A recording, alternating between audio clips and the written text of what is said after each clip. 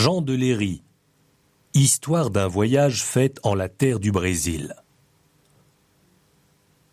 Traitant du mariage des sauvages, je dirais comme leurs enfants sont accoutrés dès leur naissance.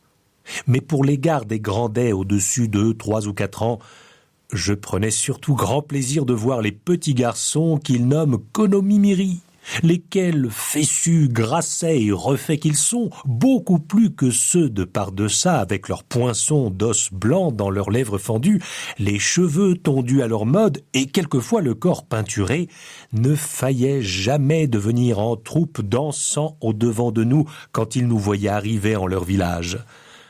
Aussi, pour en être récompensés, en nous amadouant et suivant de près, ils n'oubliaient pas de dire et répéter souvent leur petit jargon « Conte-toi ça, Amabépinda », c'est-à-dire « Mon ami et mon allié, donne-moi des hameçons à pêcher ». Que si là-dessus, leur octroyant leur requête, ce que j'ai souvent fait, nous leur en mêlions 10 ou 12 des plus petits parmi le sable et la poussière, eux se baissaient soudainement. C'était un passe-temps de voir cette petite marmaille toute nue, laquelle pour trouver et amasser ses hameçons trépillait et grattait la terre comme Conil de Garenne.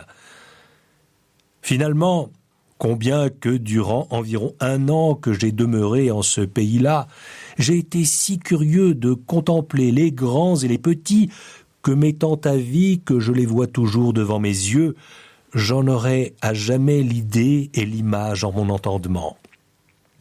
Si est-ce néanmoins qu'à cause de leurs gestes et contenances du tout dissemblables des nôtres, je confesse qu'il est malaisé de les bien représenter, ni par écrit, ni même par peinture.